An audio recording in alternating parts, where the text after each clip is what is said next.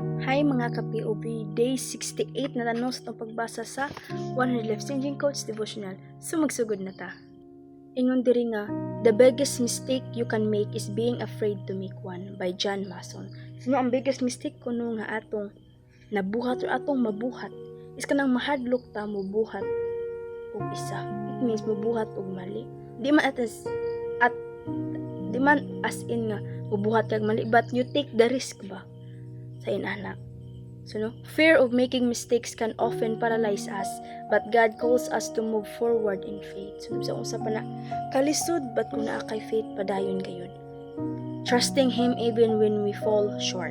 Mistakes are not the end but stepping stone to growth and deeper reliance on His guidance. So no, kana jud atong mga mistake di jud nato i-take as negative as down na jud siya, bab munay pamaagi nga kita mo step up, kita magpadayon kibali mahimo siyang stepping stone diri kanato or motivation kanato aron mo grow ta diha sa guidance sa Ginoo.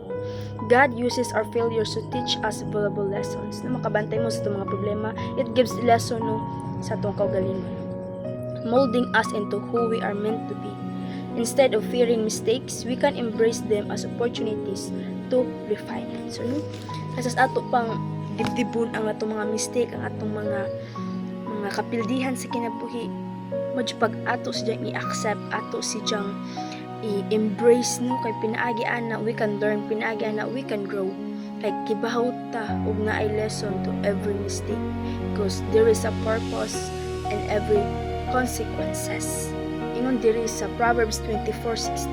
Ingon diri nga, for a just man falleth 7 times and riseth up again, but the wicked shall fall into mischief. Sa Tagalog pa, sapagkat ang matuwid ay nabubuwal ng makapito at bumabangon uli, ngunit ang masama ay nabubuwal sa kasakunaan.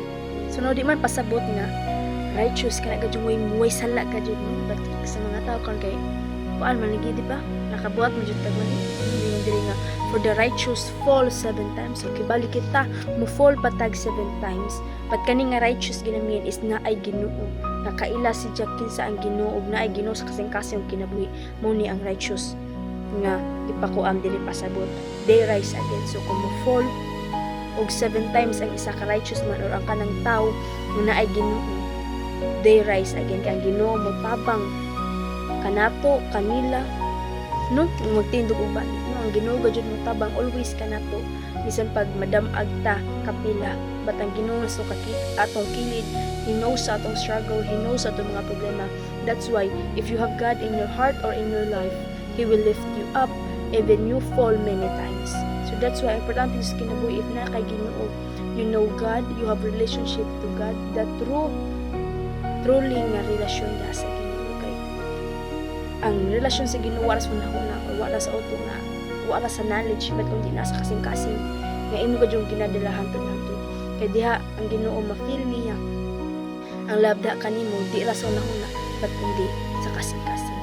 And don't be afraid to fall many times if you have God, because God will lift you up, God will help you, and God will answer your struggles, your prayers, and your problems.